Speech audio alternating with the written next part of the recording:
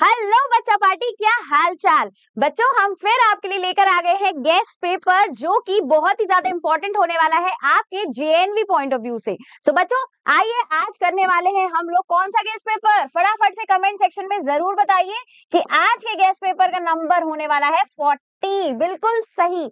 तो चलिए जानते हैं एक बार आपके पेपर पैटर्न को। जैसे कि आप सब जानते हो बच्चों कि आपका जो जेएनवी का एग्जामिनेशन है वो 4 सब्जेक्ट्स में डिवाइडेड रहता है। First is Hindi, second is English, third is गणित यानी कि मैथमेटिक्स एंड लास्ट वन हमारा सबसे ज्यादा कूल सब्जेक्ट जो कि है जनरल साइंस का बच्चों। ठीक है, उसके बाद ये क्या है, section A, B and C and D में डिवाइडेड रहते हैं। साथ ही साथ में 15 मार्क्स का आपका हिंदी आता है, इंग्लिश आता है 15 मार्क्स का, 35 एंड 35 मार्क्स का आता है mathematics and general science. Total constitute करते हैं ये मार्क्स 100, ये आप सबको पता है। एंड हमारा यही टारगेट रहता है कि आप सब लोग 100 में से 95 प्लस को अचीव करें ताकि आप लोगों को कोई भी परेशानी ना हो, कट ऑफ की चिंता ना हो। तो चलिए स्टार्ट करते हैं। इसी के साथ मैं लेकर आ गई हूँ आप लोगों के लिए क्रैश कोर्स बच्चों जो कि 17 नवंबर से स्टार्ट हो गया है। मतलब कम समय में भी आप तैयारी कर सकते हो, जेएनवी को क्रैक कर सकते हो। तो देर किस बात की, फटाफट से क्रैश कोर्स में एनरोल कर लीजिए और हमारे साथ अपनी तैयारी को एकदम बेस्ट बना लीजिए। ठीक है बेटा, और इसका बहुत ही छोटा सा प्राइस है और दोनों मीडियम्स में अवेलेबल है और बहुत ही बढ़िया बढ़िया प्यारे से टीचर्स आपको पढ़ाने वाले हैं। इसी के साथ बच्चों आप ऑल इंडिया मॉक टेस्ट जो कि हर एक जेएनवी स्टूडेंट के लिए एक तरीके से बहुत ही बढ़िया गिफ्ट है वेदा एकेडमी की तरफ से, जो कि फ्री ऑफ कॉस्ट होने वाला है। कब? ऑब्वियस सी बात है ना, कल संडे को। और 23 नवंबर है कल। साथ ही साथ में 2 बजे याद रखना, 2 बजे लंच करने के बाद एकदम फ्री बैठ के दिमाग बिल्कुल कूल डाउन करके क्या करना, एआईएमटी को अटेम्प्ट करना। साथ ही साथ में इसमें सारे सब्जेक्ट्स होते हैं एंड आपकी रैंक भी आपको पता चलने वाली है। साथ ही साथ में टॉप 3 स्टूडेंट्स जो हमारे रहेंगे उनको 10 सेट ऑफ मॉडल पेपर्स भी मिलेंगे। तो देर किस बात की, फटाफट से एनरोल कीजिए एंड वेदा एकेडमी को अभी डाउनलोड कीजिए। चलिए स्टार्ट करते हैं आपके क्वेश्चंस को जो कि स्टार्ट होते हैं बच्चों 66 टू 100 जाते हैं। हम करेंगे अपने 35 क्वेश्चंस। ठीक है, आइए बात करते हैं 66 वाले क्वेश्चन की। Which statement is true about visual impairment friendly topics? दृश्य बाधित अनुकूल विषयों के बारे में कौन सा कथन सही है? बच्चों ब्रेल सिस्टम हम सबने पढ़ा है, लाइट वाले चैप्टर में आप लोगों ने हेलन केलर के बारे में पढ़ाई की थी। ठीक है, वो कौन थी? डेफ थी, साथ ही साथ में ब्लाइंड भी थी, मतलब उन्होंने बहुत सारे कॉन्सिक्वेंसेस को फेस किया। तो बताइए क्या होना चाहिए क्वेश्चन नंबर 66 का आंसर? हर एक बच्चा कमेंट सेक्शन में अपने आंसर को जरूर देगा।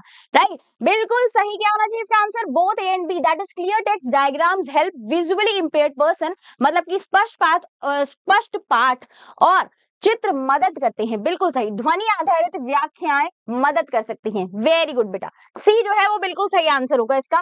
67 की बात करते हैं। Transfer of charge occurs by, आवेश का संरक्षण किससे होता है? आवेश चार्जेस जो है हमने पढ़े हैं, 2 टाइप के होते हैं बच्चों चार्जेस, कौन कौन से? Positive and negative. बिल्कुल सही। तो बताइए ट्रांसफर कैसे हो सकता है चार्ज, मतलब एक बॉडी से दूसरी बॉडी में कैसे जाएगा चार्ज?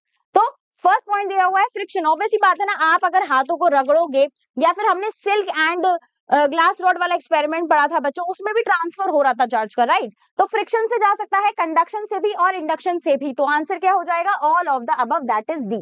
बिल्कुल सही।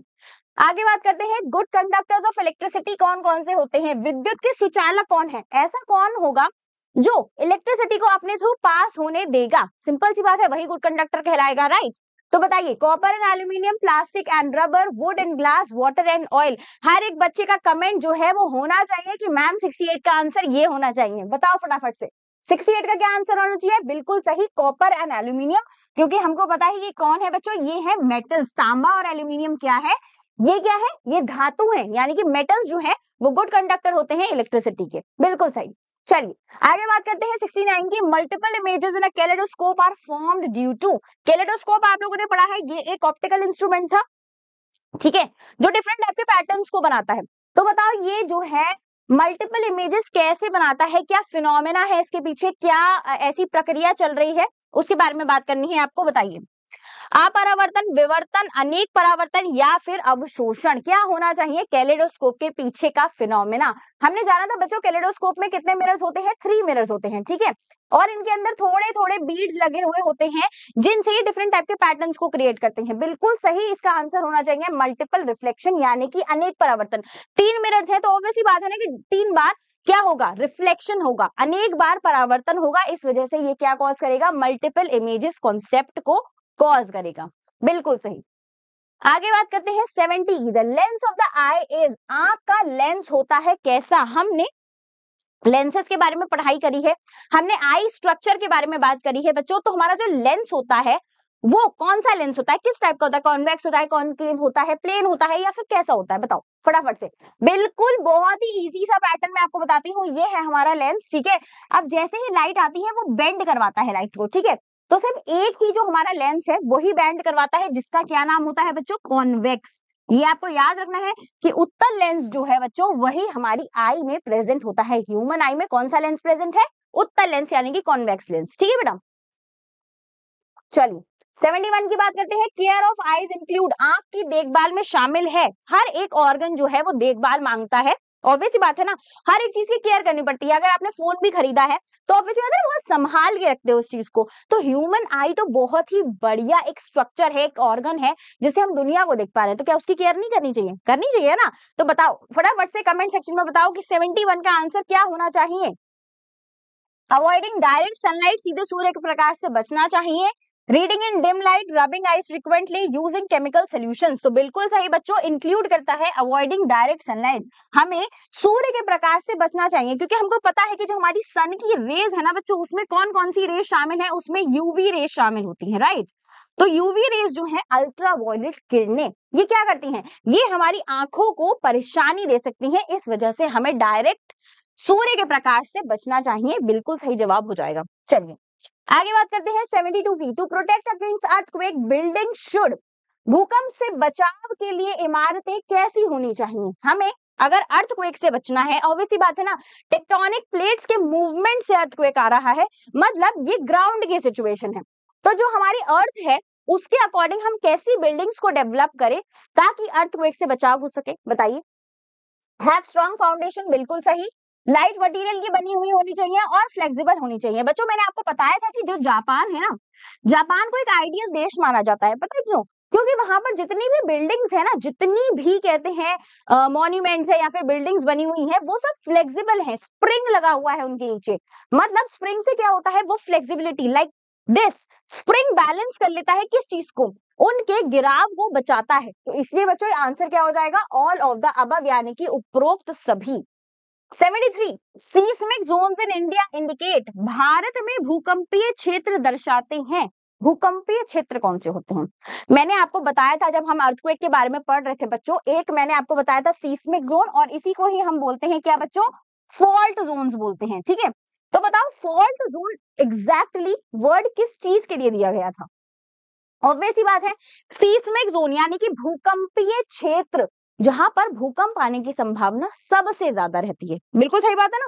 तो आंसर क्या हो जाएगा, एरियाज प्रोन टू अर्थक्वेक, भूकंप संभावित क्षेत्र, जहां पर बहुत बार भूकंप आने की संभावना सबसे हाईएस्ट रहती है, मैक्सिमम रहती है, ठीक है।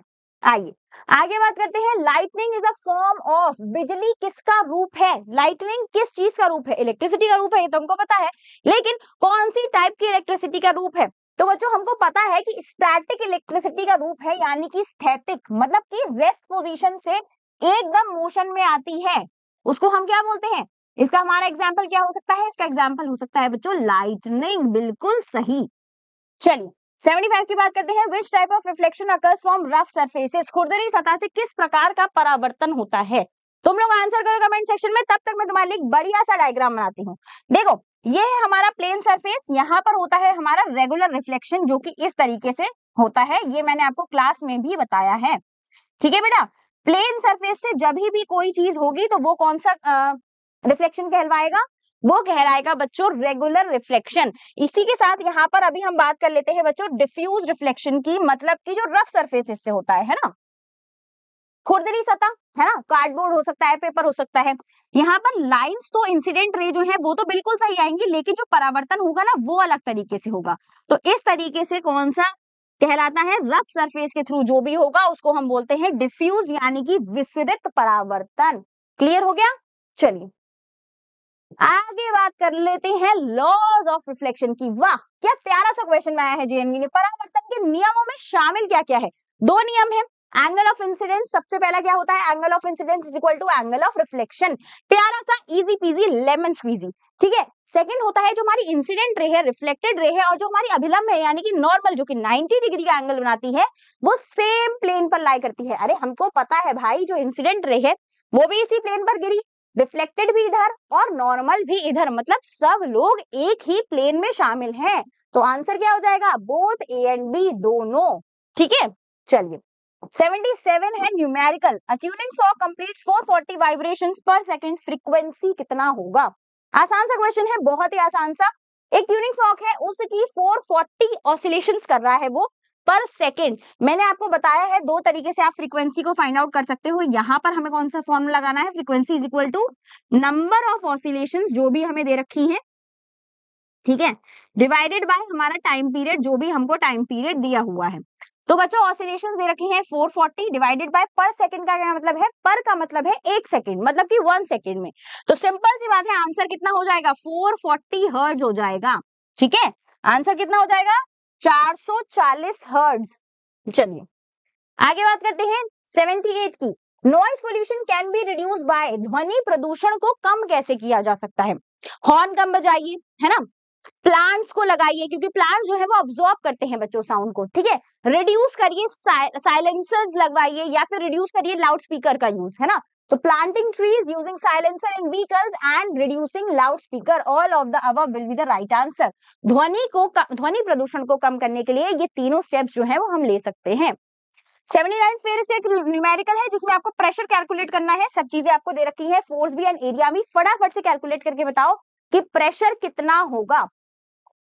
हमने आपको पढ़ाया है प्रेशर इज इक्वल टू क्या होता है बच्चों, force upon area, right. Force दे रखा है कितना, 50, क्षेत्रफल कितना दे रखा है, 0.5 मीटर स्क्वायर। पॉइंट हटाया, एक जीरो बढ़ाया, 500, ठीक है। तो P इज इक्वल टू कितना हो जाएगा, 100 पास्कल। समझ में आया, आसान था। चलिए आगे बात करते हैं 80 की। व्हील्स रिड्यूस फ्रिक्शन बिकॉज, जो पहिए होते हैं वो घर्षण को कम कर देते हैं। हमने ये भी पढ़ा है बच्चों कि जो हमारा रोलिंग फ्रिक्शन है ना वो लीस्ट है, सबसे ज्यादा कम। सबसे पहले कौन सा आता है, स्टैटिक, फिर आता है स्लाइडिंग, फिर आता है रोलिंग, पढ़ा है ना, बिल्कुल सही। तो बताओ भाई व्हील्स जो है वो कैसे कम कर रहे हैं फ्रिक्शन को, क्योंकि क्या कॉन्टैक्ट एरिया को इंक्रीज कर रहे हैं। अगर कॉन्टैक्ट एरिया बढ़ेगा तो क्या होगा, इंक्रीज कर रहे हैं रफनेस को। रफनेस को अगर इंक्रीज कर रहे होंगे तो फिर ऑब्वियस ही बात है ना कि रफनेस बढ़ेगी तो फिर फ्रिक्शन भी बढ़ेगा, तो बी तो नहीं हो सकता।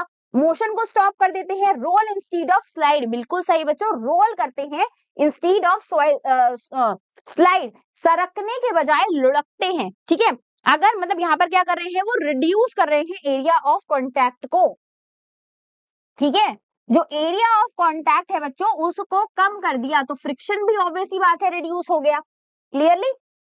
चलिए 81, growth of facial hair and deepening of voice occurs in, चेहरे के बाल आना और आवाज का भारी होना किसमें शामिल होता है, कौन से ऐसे मतलब फीमेल्स हैं या फिर बॉयज होते हैं, गर्ल्स होती हैं, जिसमें फेशियल हेयर्स आते हैं, डीपनिंग होती है वॉइस की आवाज जो है वो भारी हो जाती है, बताओ फटाफट से।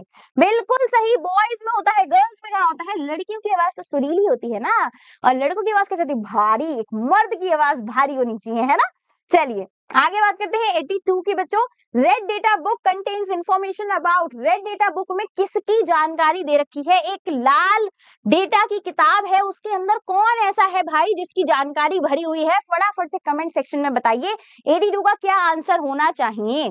रेड डेटा बुक जो है बच्चों उसमें इंफॉर्मेशन होती है एंडेंजर्ड स्पीशीज के बारे में, संकटग्रस्त प्रजातियों के बारे में, बिल्कुल सही। चलिए 83 की बात करते हैं, which of the following is slow combustion example, हमने दहन पढ़ा हुआ है ना, कंबशन पढ़ा हुआ है, तीन टाइप के कंबशन होते हैं, रैपिड, स्पॉन्टेनियस एंड स्लो, या फिर एक्सप्लोजन, ठीक है।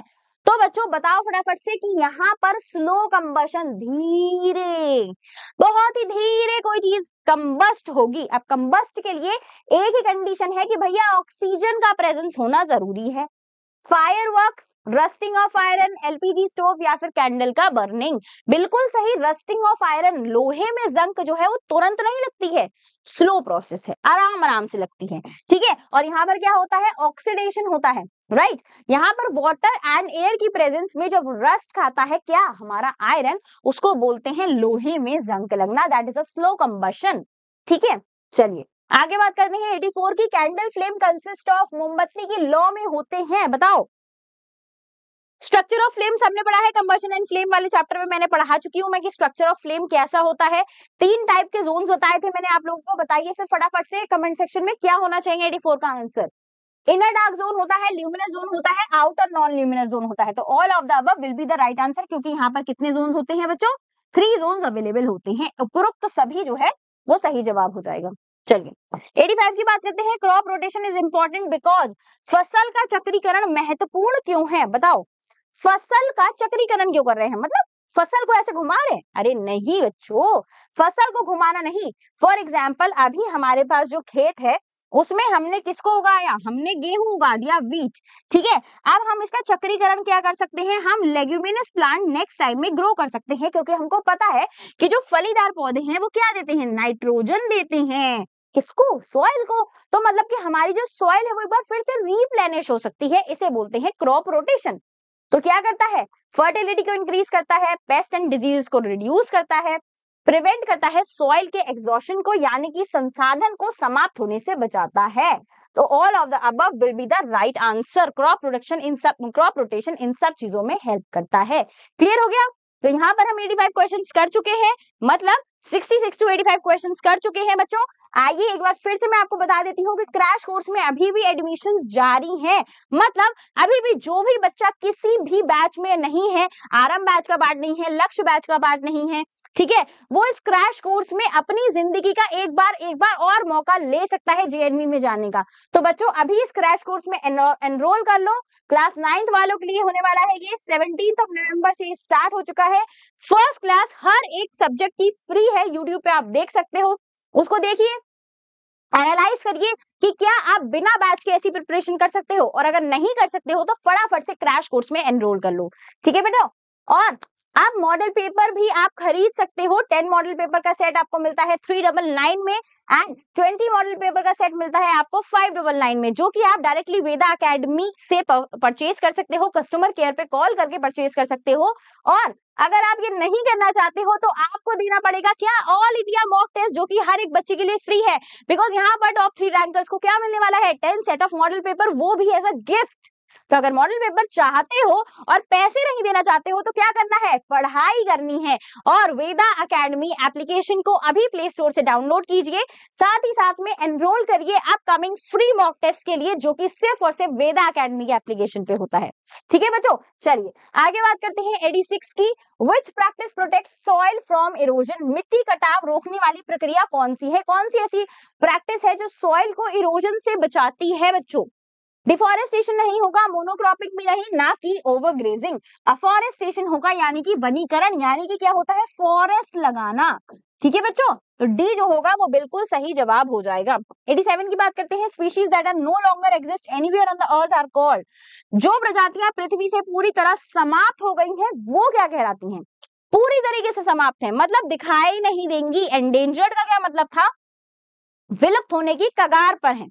जो विलुप्त हो चुकी हैं उनको क्या बोलेंगे, बिल्कुल सही, एक्सटिंक्ट बोलेंगे, यानी कि विलुप्त प्रजातियां जो अब हमें दिखाई नहीं देती, ठीक है। चलिए 88 की बात करते हैं। The hormone responsible for development of mammary glands in female, स्त्रियों में स्तन ग्रंथियों के विकास के लिए उत्तरदायी हार्मोन कौन सा है। फीमेल्स में मेमोरी ग्लैंड्स को प्रोड्यूस करने वाला कौन सा एक ऐसा हार्मोन है जिसके बारे में हमने पढ़ाई करी है, फटाफट से कमेंट सेक्शन में बता दो। बिल्कुल सही, estrogen is the right answer. Estrogen जो है बच्चों वो एक फीमेल हार्मोन है। 89 Which of the following determines the loudness of a sound? अरे वाह, क्या क्वेश्चन आ गया। ध्वनि की तीव्रता निर्भर करती है किस पर, इसका मैंने शॉर्टकट बता रखा है पहले से ही, बताओ फटाफट से। एल याद कर लो, बिल्कुल सही। एल से क्या, लाउडनेस, ए से एम्पलीट्यूड। तो हमें पता चल गया कि भैया जो लाउडनेस है वो एम्पलीट्यूड पर डिपेंड कर रही है, बस बात खत्म। चलो आगे बढ़ते हैं। Image form by plane mirror is, समतल दर्पण पर बनी हुई छवि कैसी होती है, बताओ फटाफट से। इमेज बन रही है प्लेन मिरर पर, तो रियल तो नहीं हो सकती, मतलब की होगी वर्चुअल एंड इरेक्ट, बिल्कुल सही, आभासी एवं सीधी। ठीक है। 91 Braille system is used by visually impaired person is based on, दृष्टिबाधित व्यक्तियों द्वारा उपयोग किए जाने वाले ब्रेल लिपि जो है वो आधारित किस पे है। हम सबने ब्रेल का पैटर्न देखा था। ठीक है बच्चों, एक तरीके से ये डॉट्स वाले स्ट्रक्चर्स प्रेजेंट होते हैं, और कैसे डॉट्स होते हैं उनमें, डॉट्स होते हैं बच्चों उभरे हुए, क्योंकि वो टच से पहचानते हैं, टेक्टाइल होता है ना, टच से पहचानने वाला होता है। तो यहाँ पर जो डॉट्स होते हैं वो कैसे होते हैं, रेज डॉट्स होते हैं। और आपको याद रखना है 6 डॉट्स जो हैं वो एक लेटर को रिप्रेजेंट करता है, और इसमें टोटल 63 डॉट्स होते हैं। ठीक है, उभरे हुए बिंदुओं जैसा। चलिए 92 की बात करते हैं। एक angle between the incident ray and the reflected ray is 90, what is the angle of incidence, बताओ। बढ़िया सा क्वेश्चन है। अब जो क्वेश्चंस हैं वो ज्यादातर न्यूमेरिकल्स हैं, फटाफट से कॉपी पेन निकाल लो और सॉल्व करना स्टार्ट करो आराम आराम से। ध्यान से देखते हैं 92 वाला क्वेश्चन क्या कह रहा है। एंगल जो है between the incident ray and the reflected ray, देखो मैं बनाती हूँ एक डायग्राम प्यारा सा, ये है हमारी इंसिडेंट रे, ये है हमारी रिफ्लेक्टेड रे, और ये है हमारा प्लेन मिरर। इन दोनों के बीच का एंगल बता रहा है 90 डिग्री का। ठीक है, तो मतलब यहाँ पर जो है वो हमारी नॉर्मल खड़ी हुई है। ठीक है बच्चों, देखो अब ये क्या है, ये है हमारा एंगल ऑफ इंसिडेंस। कैसे फाइंड आउट करेंगे, angle of incidence is equal to 90 degree divided by 2, मतलब कि 45 डिग्री का एंगल ऑफ इंसिडेंस हो जाएगा। ठीक है, 90 को 2 से डिवाइड कर दिया। चलिए 93 पेरिस्कोप यूजेस 2 प्लेन मिरर, कितने प्लेन मिरर को यूज करता है और कौन से एंगल पे होते हैं पेरिस्कोप में, हमको पता है 2 प्लेन मिरर्स होते हैं at the angle of 45 degrees, right. चलिए 94 a ray strikes a mirror at 22, find the angle between the mirror and the incident ray, एक विकिरण जो है वो 22 डिग्री के कोण पर टकराती है, दर्पण और आपतित किरण के बीच में कितना कोण होगा बताओ। बहुत आसान है, परेशान मत हो, देखो ध्यान से। ये क्या है, प्लेन मिरर। ठीक है, ये क्या है, ये आई रे जिसने बनाया 22 डिग्री का एंगल, यही बन गया, समझ में आ गया। दूसरी चीज क्या कह रहा है, between the mirror and the incident ray का एंगल बताना है, मतलब कि मिरर और इंसिडेंट रे, मतलब ये वाला जो एंगल है वो आपको बताना है भाई, है ना। मिरर और इंसिडेंट रे के बीच का कितना एंगल होगा, तो भाई हमको पता है कि टोटल कितना होता है, 90 डिग्री होता है ना टोटल। तो अब हमको फाइंड क्या करना है, हमको फाइंड करना है पूरा एंगल, तो बताओ फटाफट से कितना होगा। बिल्कुल सही, 90 माइनस कितना हो जाएगा 22, यानी कि 68 degrees will be the right answer. समझ में आ गया। चलिए 95 a sound wave has a frequency of इतना, टाइम पीरियड कितना होगा, बहुत ही आसान सा लेमन स्क्वीजी सा क्वेश्चन आ गया है फिर से। देखो time period is equal to 1 upon frequency, मतलब 1 अपॉन 500। अब चलो आ जाओ यहाँ पे डिवाइड कर लेते हैं, 500 और अंदर क्या आ जाएगा 1। ठीक है, पॉइंट लगाया, एक जीरो बढ़ाया, जीरो लगाया, एक और जीरो बढ़ाया, एक और जीरो, एक और जीरो, 2 जा 1000। ठीक है, तो 0.002 विल बी द आंसर, और सेकंड में होगा क्योंकि टाइम पीरियड फाइंड आउट करना था। समझ में आ गया, डिवाइड कर लोगे, कोई दिक्कत परेशानी किसी को भी अगर है तो डाउट सेक्शन में पूछ लेना। ठीक है, चलिए आगे बढ़े। एक प्यारा सा और न्यूमेरिकल है, तुम लोगों के लिए डर गए होगे ये आंसर देख के, अरे ना ना डरो ना, चलो आओ। वेयरिंग अ हील्स ऑफ, क्या फाइंड करना है, प्रेशर फाइंड आउट करना है, ये तो बाएं हाथ का खेल है मैडम। क्या करना है, 15,000 डिवाइडेड बाय 0.0015, अगर इसको डिवाइड करोगे तो आंसर क्या आने वाला है, 10 इंटू 10⁶ पास्कल। ठीक है, फटाफट से इसको डिवाइड करना और यही आंसर लेके आना। चलो 97 वो box way 500 Newton has a base of इतना, प्रेशर, फिर से प्रेशर फाइंड आउट करना है, यानी कि फोर्स अपॉन एरिया कितना हो जाएगा, 500 डिवाइडेड बाय 0.25, पॉइंट हटाया, 2 जीरो लगाए, 25 से डिवाइड कर दो, 25, 2 जा 50 और 3 जीरो लगा दो, simple 2000 pascal will be the right answer. ठीक है, समझ में आ गया, आसान था। चलिए आगे बात करते हैं 98 की। फोर्स दे रखा है, एरिया दे रखा है, फिर से प्रेशर फाइंड आउट करना है। Pressure is equal to force upon area, 300 divided by 0.5, point आया, एक और जीरो लगाया, 5। बताओ 5 6 30, आंसर कितना हो जाएगा 600 pascal. B will be the right answer. आसान सा क्वेश्चन है, बस टेबल स्ट्रॉन्ग होनी चाहिए, तुरंत कर लोगे। चलिए 99, अ फोर्स जो है वो इतना है applied on a nail with the area of इतना, कैलकुलेट द प्रेशर। फिर से एक बार प्रेशर फाइंड आउट कर लो, लेकिन इस बार थोड़ी वैल्यूज डिफरेंट है। आइए देखते हैं। Pressure is equal to force upon area. Force कितना दे रखा है 50 न्यूटन का, एरिया दे रखा है 0.001 का। पॉइंट हटाया, 1 2 3, एक तो शायद मैंने लगा लिया था, एक सेकंड फिर से लिखती हूँ। देखो pressure is equal to force upon area 50 newton divided by 0.001। ठीक है बच्चों, यहाँ पर पॉइंट हटाया, 3 0, 1 2 3, ठीक है, कितना हो गया 50,000 पास्कल। सिंपल, क्लियर है कैसे फाइंड आउट किया है हमने।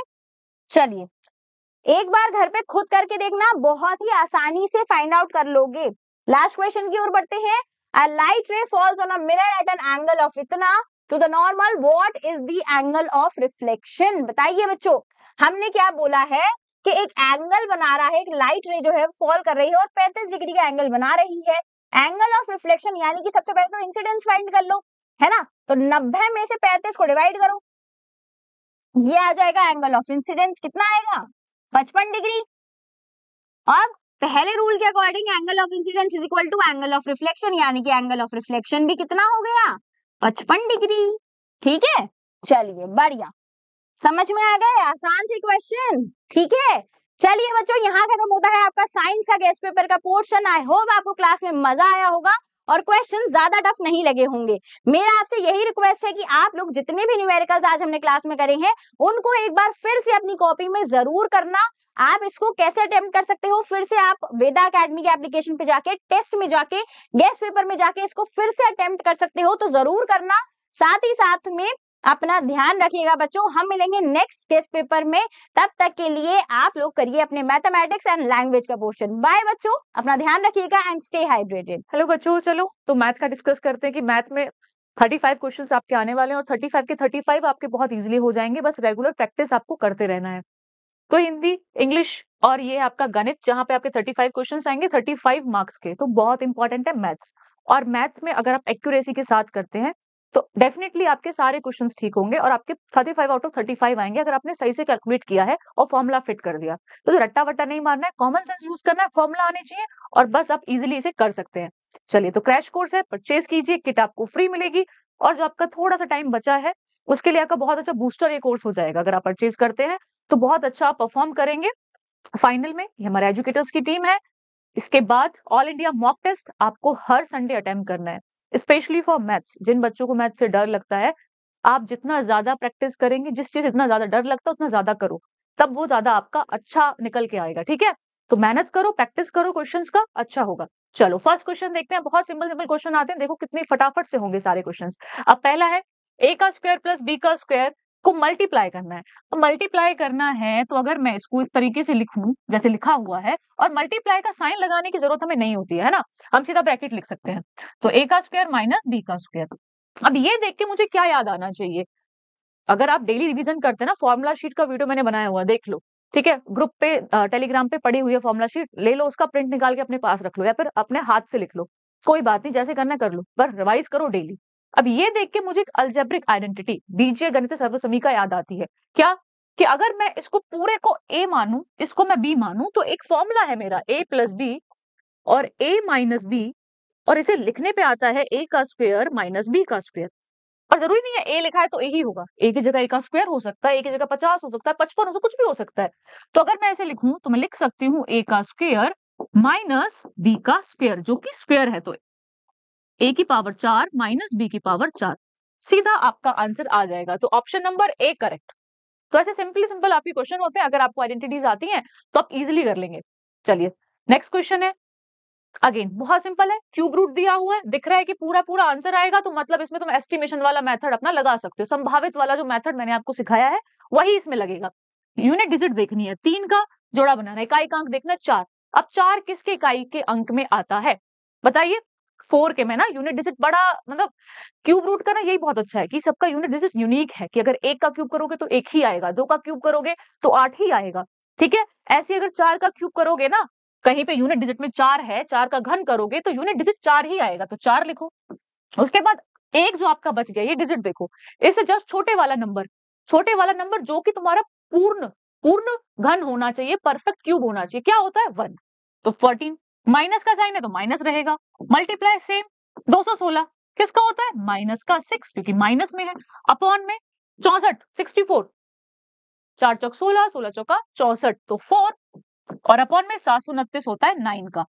अब ये बटे में है तो ऊपर जाके मल्टीप्लाई हो जाएगा, माइनस माइनस प्लस हो जाएगा, तो क्या होगा 14 मल्टीप्लाई 6 मल्टीप्लाई 9 ऊपर गया, अपॉन में 4, काटा पीटी करेंगे 2 से, 2 तिया 6, 2 दूनी 4, 2 से गया 7 पे, क्या बनेगा 7 तिया 21 मल्टीप्लाई 9, 9 एकम 9, 9 दूनी 18, 189, आपका सी ऑप्शन करेक्ट, ठीक है। तो ऐसे सिंपल सिंपल है, बस फॉर्मूला लगाना आना चाहिए। अगला क्वेश्चन अगेन फिर से सिंपल, एक्स का स्क्वायर दे रखा है, एक्स की वैल्यू पूछ रहा है क्या हो सकती है पॉसिबल। तो मैंने आपको द्विघात समीकरण क्वाड्रेटिक इक्वेशन में पढ़ाया था कि जितनी हाईएस्ट पावर होती है किसी भी अलजेब्रिक एक्सप्रेशन की, किसी भी समीकरण की, जो हाईएस्ट पावर होती है और वो घटते हुए क्रम में या बढ़ते हुए क्रम में लिखी हुई है, तो उसके उतने ही मान पॉसिबल होते हैं। तो यहाँ पर एक्स के पावर कितनी है, स्क्वायर 2, तो इसके 2 मान आपके निकल सकते हैं। ऑप्शन में 1 दिया है तो 1 आपको निकालना है, कैसे निकालेंगे देखते हैं फटाफट। तो 2x माइनस 1 बराबर का x का स्क्वायर, अब सबको ना एक जगह लेके जाओ, तो x का स्क्वायर ये माइनस का 2x हो जाएगा, प्लस का 1 बराबर 0। अब जिन बच्चों ने बैक में पढ़ा है उन्हें पता है कि अगर पीछे प्लस है तो मतलब मेरे को ऐसे नंबर्स ढूंढने हैं जो प्लस करके तुम्हारा 2 देंगे, लेकिन साइन किसका आना चाहिए, माइनस का, तो 1 1 जा 1, बहुत सिंपल बनेगा, x का स्क्वायर माइनस का x प्लस का 1 बराबर 0। क्या किया है मैंने इसमें, कुछ नहीं किया है, बस माइनस 2x को खोल के लिख दिया है, ठीक है। माइनस x क्या बनेगा, माइनस का 2x बनेगा, x को कॉमन लो, एक x बाहर गया, एक बचा, एक ही x था बाहर चला गया, 1 बचा, यहाँ पे भी सेम ब्रैकेट आना चाहिए, तो -1 कॉमन लेंगे बराबर का 0, x माइनस वन यहाँ पे फिर से कॉमन, और यहाँ पे भी x माइनस 1 और 0 के बराबर है तो इन्हें 0 के बराबर रखना है, अलग अलग हम रखते हैं, ठीक है, ये नहीं कि एक जैसा आया तो एक बार रख दिया। तो x के यहाँ पे हमारे 2 मान आएंगे, 1 और 1, ठीक है, 2 वैल्यूज है, अलग अलग हम बोलते हैं लेकिन वैल्यू क्या सेम है, तो d बराबर 1 करके आगे बढ़ते हैं। 34 question, what smallest cubic number which is divisible by 72, 108 और 300।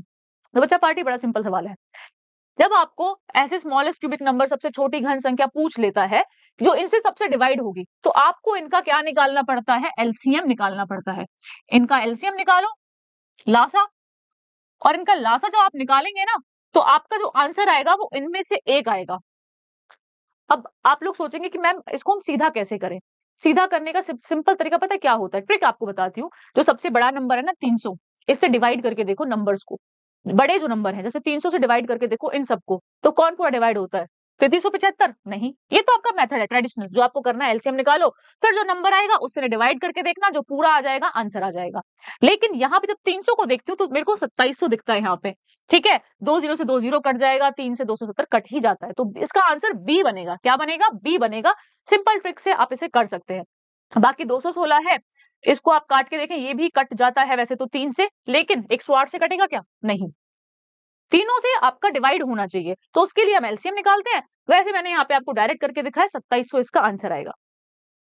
अब है ये वाला सवाल, इसमें ना ये वाले सवाल मेरे को बहुत सिंपल लगते हैं क्योंकि आपको सिर्फ प्लस माइनस करना है, कोई फॉर्मुला नहीं लगाना, कुछ नहीं लगाना, सिर्फ प्लस माइनस करना है। कैसे करेंगे देखिए, 3x माइनस का 5 अपॉन में आपका 2 है, प्लस का 2x प्लस 7 है, अपॉन में 6 है, बराबर है आपका x माइनस 2 और अपॉन में 3। भाई 2 और 6 जब आपको ऐसे बटे में संख्या दी हो, फ्रैक्शन में दी हो, तो क्या करते हैं, एलसीएम लेते हैं, बराबर करते हैं। और 2 और 6 जब 2 के पहाड़े में, जो 2 का पहाड़ा है उसमें 6 आता है, तो सीधा हम 6 लिखेंगे, मतलब पूरा कट जाएगा, 6 आ गया, तो 2 से 6 को डिवाइड करेंगे, 2 3 जा 6 3, तो 3 से हमें इधर मल्टीप्लाई करना पड़ेगा, 3x माइनस 5 होगा, प्लस 6 से 6 कट गया, 1 आएगा, 1 को लिखो मत लिखो कोई बात नहीं, बराबर आपका x माइनस 2 और बटे में आपका 3, बटे बटे में तो आपस में कट जाते हो, 3 से ये कट गया 2 पे, मल्टीप्लाई किया, 3 3 9x माइनस का 3 पंजे 15 प्लस का 2x प्लस का 7, यहाँ है बटे में 2, इधर जाएगा मल्टीप्लाई हो जाएगा 2x माइनस का 4।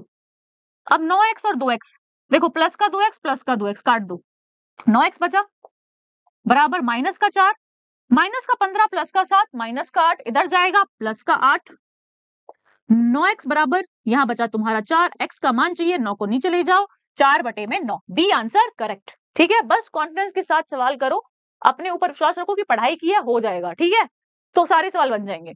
यहाँ पे देखो, एक फादर्स प्रेजेंट एज 3 टाइम, एक कोई पिता है उसके बच्चे की एज से 3 गुना है, मतलब सन्स एज। अब बच्चे की एज कितनी है जिससे कंपैरिजन करते हैं, हमेशा उसको हम वेरिएबल मानते हैं, चर मानते हैं। तो मैंने यहाँ पे लेट कर लिया, मान लिया कि बेटे की जो एज है, सन की एज है वो x है, फादर की एज कितनी है, 3 गुना है, तो फादर की एज हमारी 3x आ गई। अब वो तुम्हें समीकरण बनाएगा, कंडीशन बनाएगा, कंडीशन आपको पढ़नी आनी चाहिए और उससे समीकरण बनाना आना चाहिए। कैसे बनेगा, देखो, आफ्टर 15 ईयर्स, 15 साल के बाद, मतलब 3x तो है, 15 साल जोड़ो, 15 साल हो गए, यहाँ पे भी आपको 15 साल जोड़ने हैं क्योंकि 15 साल बाद है, बिफोर लिखा होता तो माइनस करते, ठीक है, पास्ट में जाते हम। The father will be twice, 2 गुना हो जाएगा, मतलब जो ये पिता वाली जो एज है, फादर वाली जो एज है, वो बच्चे की एज से 2 गुना हो जाएगी। तो 2 लिखो यहाँ पे, 3x प्लस का 15 बराबर का मल्टीप्लाई हो जाएगा 2x प्लस का 15 दूनी 30, 3x है, 2x है, इधर आएगा, माइनस होगा, 3x में से 2x गया, x बचा 30 प्लस का 15 इधर जाएगा, माइनस होगा, x बराबर 15। पूछा क्या है उसने, पिता की प्रेजेंट एज पूछी है, फादर क्या मानी थी 3x, मान रखो, 15 दिया 45, 45 years, answer B option correct. 37, R can do a piece of work. तो भाई ये वाले जो टाइम एंड वर्क वाले सवाल है ना, जिनको ट्रिक पता है एलसीएम वाली, वैसे उमेश सर भी इसी से कराते हैं तो आपको आते ही होंगे। देखो, R can do a piece of work, R कोई इंसान है, मैंने लिख लिया, वो 20 दिन में काम करता है, ऐसे लिखो। एस कोई आदमी है, वो 30 दिन में काम करता है, ऐसे लिखो। और टी कोई और अलग आदमी है जो कि बहुत स्लो है ना, कुछ बच्चे होते हैं ना जिनको नहीं समझ में आता लेकिन काम करते हैं, तो वैसे ही आपको बनना है। बेशक आपसे ना हो लेकिन कंटिन्यूस करते रहो, जितनी प्रैक्टिस करोगे उतना अच्छा हो जाएगा। किसी का मैथ अच्छा नहीं होता, प्रैक्टिस से अच्छा होता है, तो प्रैक्टिस करो जितनी ज्यादा हो। टी बराबर 60, क्या है, तीनों साथ में काम करें तो कितने दिन लगेंगे, तो साथ में काम करना है तो पता होना चाहिए काम कितना करना है। तो काम हमेशा क्या होता है, इनका एलसीएम होता है, एलसीएम निकालो। मैंने बताया था अगर एक ही पहाड़ा है, एक ही टेबल के हैं, तो हाईएस्ट डिजिट्स को लिख देते हैं, 20, 30 और 60, तीनों एक ही टेबल में आते हैं, 60 को लिखो, 60 से जाएगा एक बार, ये 2 बार और ये 3 बार। अब तीनों की कैपेसिटी, तीनों की क्षमता क्या होगी, हम जो यहाँ पे निकालते हैं कि क्षमता होती है कि एक दिन में कितना काम कर सकते हैं, 3 और 2 5 और 1 6, 6 है इनकी क्षमता। टोटल टाइम, टोटल जो आपका काम है वो 60 है, क्षमता आपकी कितनी, एफिशिएंसी 6 करने की है, डिवाइड करेंगे आ गया 10, तो कितने दिन लगेंगे, 10 दिन लगेंगे, ए ऑप्शन आपका करेक्ट। ठीक है, याद रख लेना फॉर्मूला, जब आपको डेज निकालना हो ना, टाइम निकालना हो किसी भी काम को करने का, तो कैसे निकालते हैं, टोटल वर्क जो आपका कुल कार्य होता है, अपॉन में आपकी एफिशिएंसी, क्या, क्षमता की क्षमता है कितनी। क्लियर, चलिए आगे बढ़े।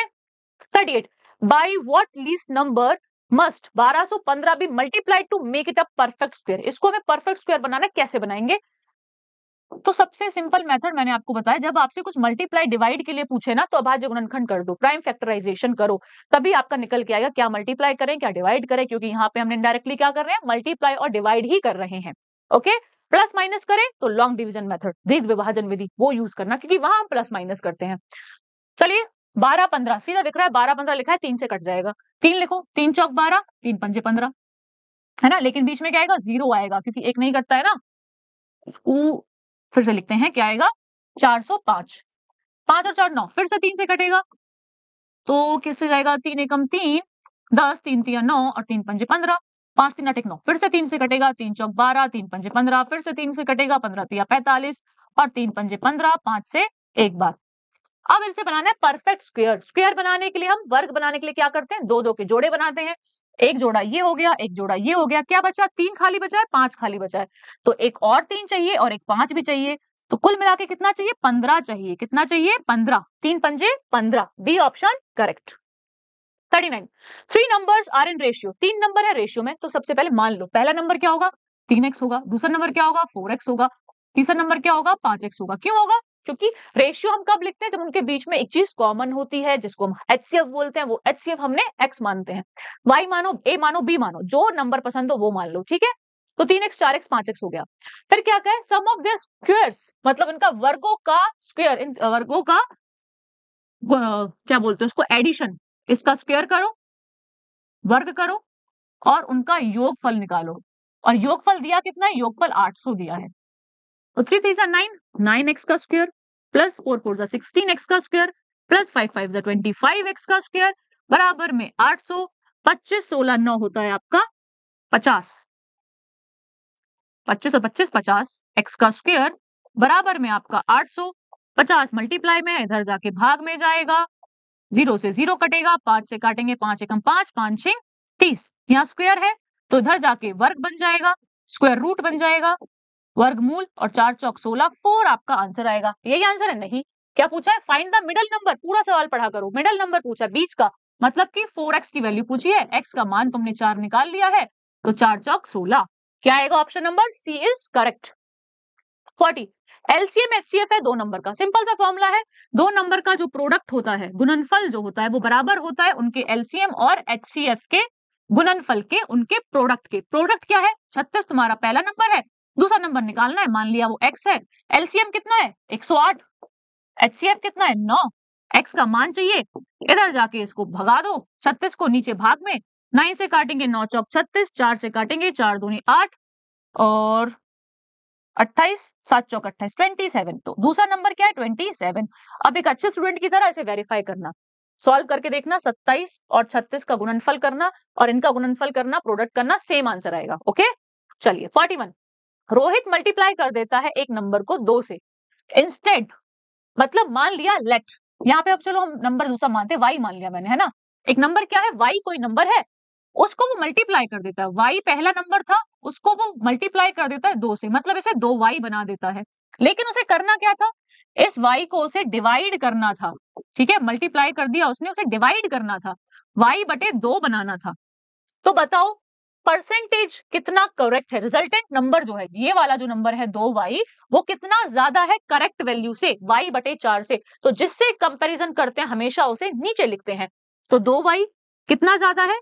करेक्ट वैल्यू क्या है? y बटे 2, क्योंकि वो उसे ओरिजिनली करना था। परसेंटेज की जगह 100% लगाएंगे, y से y कैंसिल, 2 बटे में है, इधर जाके गुना, 2 दूनी 4 और 2 0 का 2 0, 400%।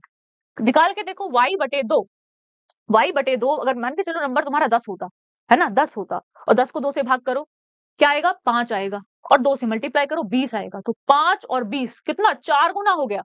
तो कितना हो गया? 400% हो गया। ये ना करना हो तो कोई भी नंबर दिमाग में सोचना, उस पे कंडीशन लगाना और जो आंसर आए सीधा कर देना। तो 400%। 42 20 मैन है, 8 घंटे काम करते हैं और 15 दिन में काम खत्म कर देते हैं। कितने आदमी चाहिए कि वही 6 घंटे प्रतिदिन काम करके सेम काम को 20 दिन में पूरा कर दें? तो फॉर्मूला बड़ा सिंपल है, m1d1h1 अपॉन में w बराबर है m2d2h2 अपॉन में w। अब w क्यों लिखा है? क्योंकि सेम काम है, सेम काम है, w से w कैंसिल। m1 कितने लोग थे पहले? 20। d1 कितने दिन लगा रहे थे? वो 15। कितने घंटे काम कर रहे हैं? 8। m2 पूछा है कि अब कितने लोग चाहिए, कितने दिन काम कर रहे हैं? 20 दिन।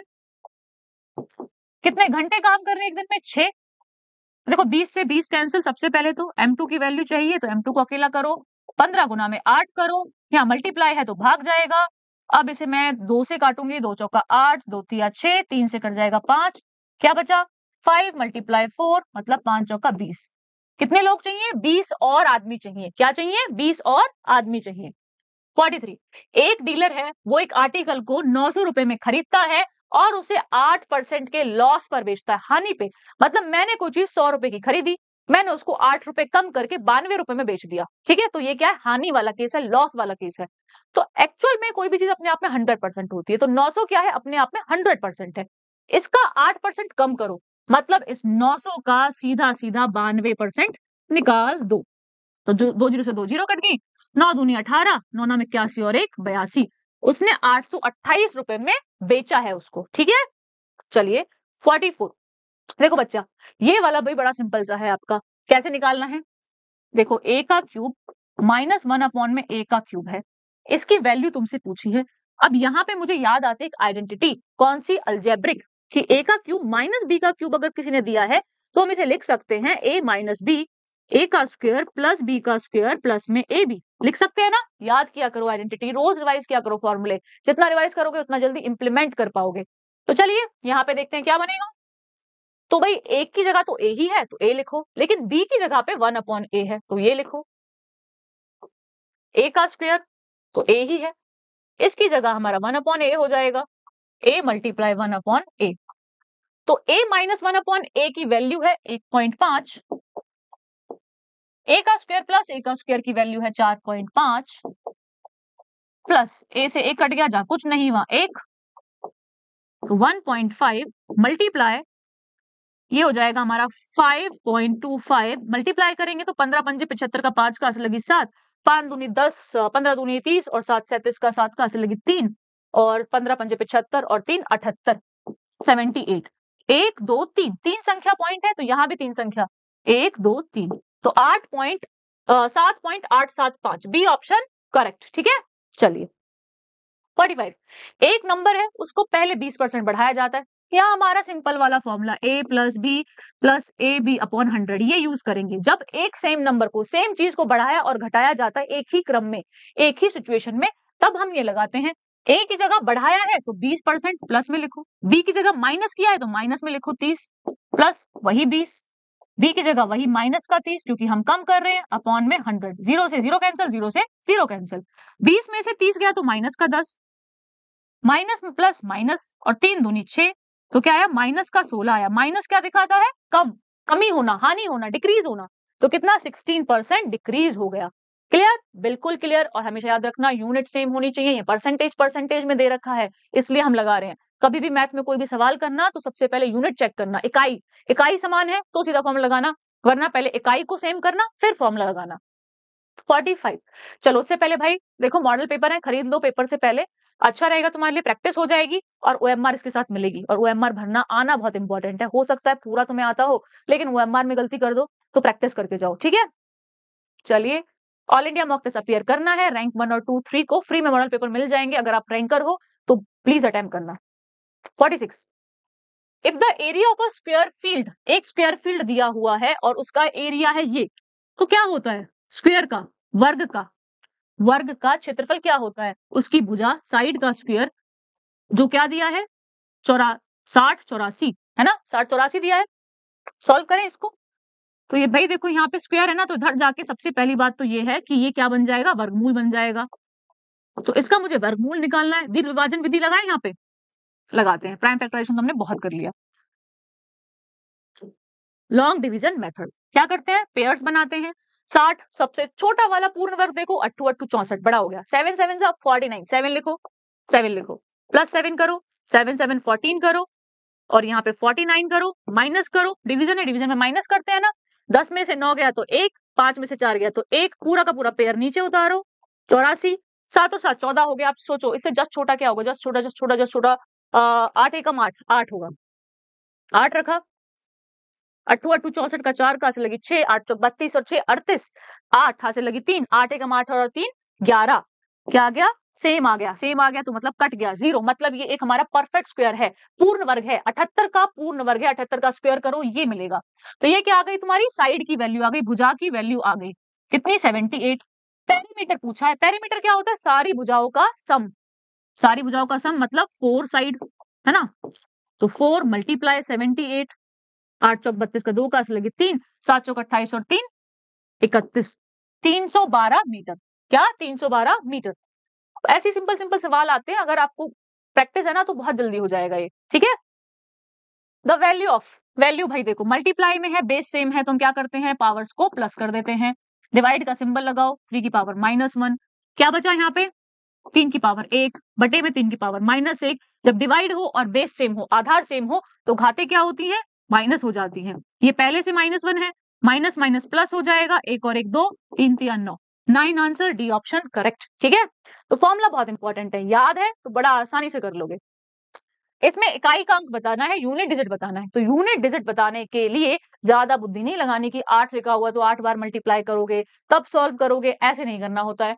बस यूनिट डिजिट को देखो, हमें पता है 5 का मैं स्क्वायर करूं, क्यूब करूं, घन करूं, वर्ग कुछ करूं, 5 हमेशा 5 पे खत्म होता है, 5 एकम 5, 5 दूनी 10 है ना, 5 5 25 और 5 का क्यूब 125, तो 5 हमेशा 5 पे खत्म होता है।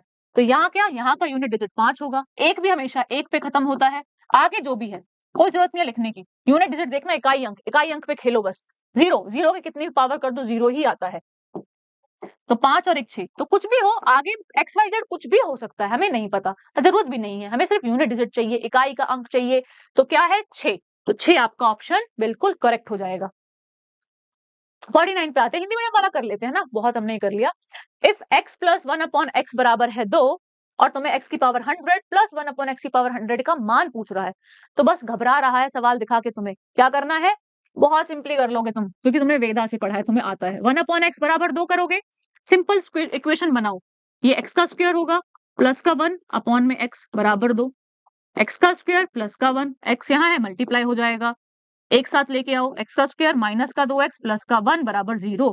और अभी हमने ऐसा एक इक्वेशन सॉल्व किया है आज की क्लास में, रिकॉल करो क्या आंसर आ रहा था, x बराबर 1 आ रहा था ना हमारा। तो याद रखना कभी भी इस तरीके सवाल देना, x प्लस 1/x बराबर 2, तो x का मान हमेशा 1 आएगा, मान पुट करो, 1 का पावर 100 प्लस 1/1 का पावर 100, तो 1 तो हमेशा 1 ही होता है, 1 और 1 2, तो कुछ भी दे दे, कितनी पावर बढ़ा दे, अगर x प्लस 1/x का मान बराबर है 2 के, तो कितनी ही पावर बढ़ा दे हमारा 2 आएगा, ठीक है। लेकिन रट्टा मत मार के जाना, इस सवाल में लग गया हर जगह नहीं लगेगा, तो पहले सॉल्व करके देखना फिर लगाना। 50, एक शॉपकीपर है, वो पहले अपने गुड्स को, सामान को 30% ज्यादा मार्क कर देता है। मान लिया कि पहले उसका सामान जो था वो x रुपए का था, उसने बढ़ा दिया उसको, उसका 30% प्लस कर दिया, मतलब 130% कर दिया, फिर उस पर डिस्काउंट देता है, फिर इस 130% पे वो 10% का डिस्काउंट देके, मतलब इसकी वैल्यू 90% कर देता है। तो बताओ एक्चुअल प्रॉफिट क्या था। ऐसे सवालों में ना हमेशा 100 मान लिया करो, 100 मान के सॉल्व किया करो। माना कि पहले उसके गुड्स की कीमत 100 थी, 30% बढ़ाने के बाद 130 रुपए हो गई, 10% डिस्काउंट देने का मतलब 90% कर दी उसने वैल्यू उसकी हटा के, तो 0 से 0, 0 से 0, 13 मल्टीप्लाई 9 करो, 9 3 से 27 का 7 हंस लगी 2, 9 कम 9 और 2 11, 117 रुपए। पहले कितने की थी, 100 रुपए की हमने मानी, अब कितनी जा रही है 117, तो कितना प्रॉफिट है उसे, लाभ कितना हो रहा है, 17% का लाभ हो रहा है। दुकानदार बहुत चालाक है, उसने दिखाया कि 10% डिस्काउंट दे रहा है, लेकिन पीछे की बात तुम्हें बताई नहीं कि उसने पहले ही 30% बढ़ा रखा है, ठीक है। तो सब करते हैं मार्केट में, तो बी अवेयर। 51, कंपाउंड इंटरेस्ट बताना है। कंपाउंड इंटरेस्ट का सिंपल सा फॉर्मूला होता है, कंपाउंड का मतलब क्या है कि लगातार चीज आपकी बढ़ रही है, इंटरेस्ट ऑफ इंटरेस्ट है, ब्याज पर भी ब्याज लग रहा है, मतलब मल्टीप्लाई में चीजें हो रही हैं। तो अगर आपका 8,000 रुपए है और 2 साल तक हर साल 15% बढ़ रहा है, तो पहले साल कितना बढ़ेगा 115%, परसेंट के हम 100 लिखते हैं बटे में, दूसरे साल फिर 115 बढ़ेगा, और 2 साल है तो 2 ही बार लिखेंगे, 2 0 से 2 0 कैंसिल, 0 से 0 कैंसिल, और अब मैं से काटूंगी 5 से, 5 दूनी 10, 5 से काटा 5 दूनी 10, 5 15, 5 2 से काटा 4 पे, क्या आ गया 23 मल्टीप्लाई 4 और मल्टीप्लाई में 115, तो 4 तिया 12 का 2 हजे लगी 1, 4 दूनी 8 और 1 9 मल्टीप्लाई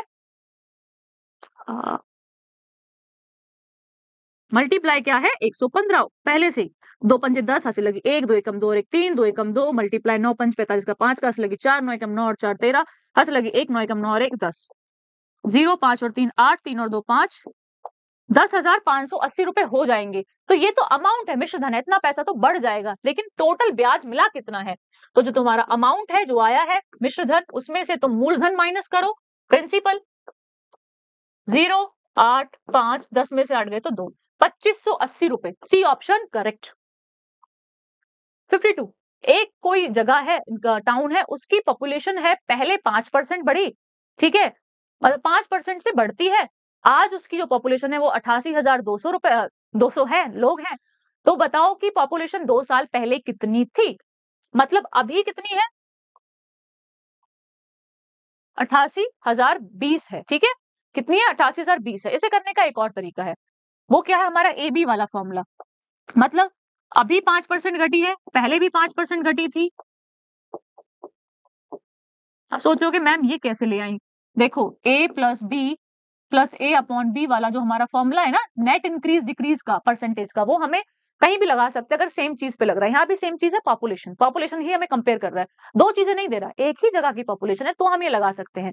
अब माइनस है तो -5 -5 माइनस माइनस चलता रहेगा, -5 हो गया, माइनस का 10, 5 ये प्लस का है तो 5 5 25 बटे में 100, 25 चौका 100, माइनस का 10 प्लस का 1 बटे 4, 4 एकम 4, तो माइनस का 40 प्लस का 1 बटे में 4 बराबर माइनस का 39/4। तो कितनी माइनस हुई है? -39/4 तुम्हें करनी पड़ेगी। इसका -39/4 करो। एक तरीका तो ये है। दूसरा तरीका जो मैं तुम्हें पहले बता रही थी वो क्या है? वो और भी सिंपल है। ये वाला जो तुम्हारा मेथड है, ये तुम्हारी टोटल पॉपुलेशन है, इसको माइनस करो 5%। तो अभी 100% है तो पहले कितनी होगी? 95%। एक साल पहले और कितनी होगी? 95%। 2 जीरो से 2 जीरो काटो, 5 से कटेगा, 5 एकम 5, 5 नम 45, 5 दूनी 10, फिर 5 से काटो, 5 चौका 20, 5 से काटो, 5 एकम 5, 19, 4 से कटता है हमारा 482, 4 से नहीं कटता, 2 से कटता है, 2 एकम 2, 2 से 2 चौका 2 चौका 2 एकम 2, तो तुम्हारा 441 गुना में 19 गुना में 19 बटे में आएगा 2। जब तुम इसे पूरा सॉल्व करोगे तो कुछ तुम्हारा 79 पॉइंट कुछ कुछ आएगा, तो तुम्हारा पॉइंट में आंसर आएगा। जब पॉइंट में ऐसे आंसर आए तो नियरेस्ट मार्क कर दिया करो। 79 है तो नियरेस्ट क्या होगा इसके? 80,000 होगा। 80,000 मार्क करके आगे बढ़ जाना, ठीक है। चलो 53, द कर्व सरफेस एरिया, वक्र पृष्ठ क्षेत्रफल निकालना है बेलन का। सिलेंडर का फॉर्मूला क्या है? 2 पाई आर एच। 2 पाई की वैल्यू 22/7, त्रिज्या आर उसने तुम्हें दी है 7, रेडियस हाइट उसने दी है 10 सेंटीमीटर। 7 से 7 कट गया, 2 दूनी 4, 2 दूनी 4, 0 का 0। और क्या पूछा है? सरफेस एरिया पूछा है। सरफेस एरिया मतलब सेंटीमीटर का स्क्वायर, क्षेत्रफल। तो 440 सेंटीमीटर स्क्वायर। हमेशा याद रखना यूनिट्स को, क्योंकि ना सवाल ऐसे ही घुमाता है, यूनिट चेंज करता है और फिर तुमसे बोलेगा कि क्या आंसर है, कहीं क्यूब लगा रखा होगा, तुम सीधा मार के आ जाओगे कि नहीं नहीं ये ठीक है। ठीक है, चलिए 54, द रेंज ऑफ, रेंज किसी भी डेटा सेट की परिसर क्या होता है? न्यूनतम में से सॉरी अधिकतम में से न्यूनतम हटा दो। मैक्सिमम वैल्यू, पूरा डेटा सेट देखो, मैक्सिमम वैल्यू क्या दिखाई दे रही है? 42, है ना। इसमें से माइनस करो न्यूनतम, मिनिमम वैल्यू कितनी दिखाई दे रही है मुझे? 15। 12 में से 5 गए 7, 3 में से गया 2, तो रेंज क्या है? 27। रेंज का मतलब ही ये होता है कि कोई चीज कितनी आगे तक जा रही है, कितनी पीछे तक जा रही है। तो 15 से शुरू होके चीजें 15 सबसे लोएस्ट है, 42 तक जा रही है, तो कितना वेरिएशन हो रहा है तुम्हारा? चेंज 27 नंबर्स का हो रहा है। स्टेटमेंट दी है, क्या कहा है? The number 121 is a perfect square. हमें पता है, क्यों? क्योंकि 11 का स्क्वायर करेंगे 121 आएगा, बिल्कुल सही। हाँ, ये हमारा परफेक्ट स्क्वायर है, पूर्ण वर्ग संख्या है। इसका स्टेटमेंट 2 क्या दिया है? एक नंबर हैविंग 1, कोई भी नंबर अगर उसके यूनिट डिजिट में 1 है तो परफेक्ट स्क्वायर होता है। क्या होता है? बताओ, 11 परफेक्ट स्क्वायर है, 31 परफेक्ट स्क्वायर है? नहीं, ये क्या एक केस है, 121 है भाई, बन गया, ठीक है, 11 का बन गया। जरूरी नहीं है हर नंबर जो 1 पे खत्म हो रहा है परफेक्ट स्क्वायर ही होगा, पूर्ण वर्ग ही होगा। तो दूसरा जो है एब्सर्ड स्टेटमेंट है, मतलब बिल्कुल गलत है, बिल्कुल वाहियात स्टेटमेंट है। क्या आंसर बनेगा? Statement 1 is true but statement 2 is false. पहला कथन सही है, दूसरा कथन बिल्कुल ही गलत है। 56, क्रैश कोर्स खरीद लो भाई, ठीक है, नवोदया के लिए। 56 पे आते हैं। एक ट्रेपेजियम है समलंब with parallel side, 12 centimetre 18 centimetre. Trapezium बना लें? बना लेते हैं। ये तुम्हारा 18 सेंटीमीटर है, ये तुम्हारा 12 सेंटीमीटर है, इसकी हाइट तुम्हें 8 सेंटीमीटर दी है, बिल्कुल सही। अब क्षेत्रफल पूछ रहा है, एरिया। एरिया क्या होता है ट्रेपेजियम का? 1/2 सम ऑफ पैरेलल साइड और मल्टीप्लाई में 100। समानांतर भुजाएं, ये समानांतर है, इनका सम और मल्टीप्लाई में ऊंचाई।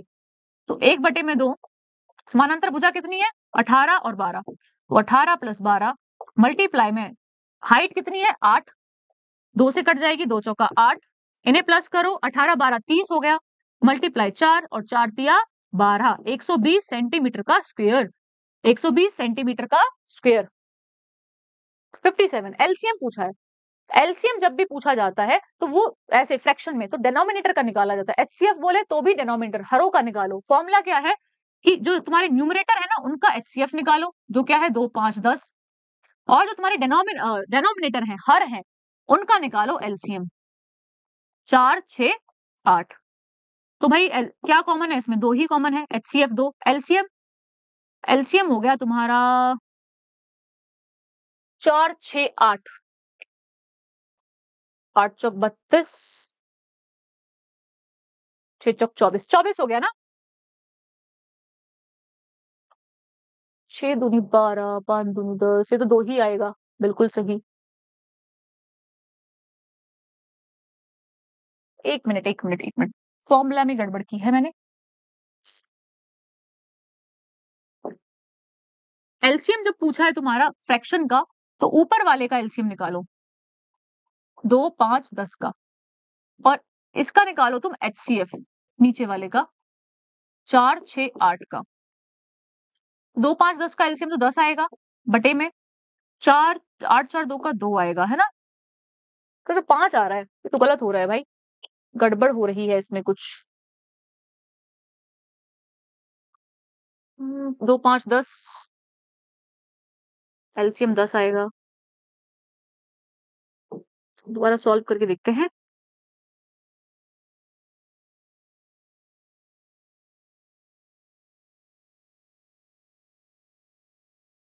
तो 5 10 का मतलब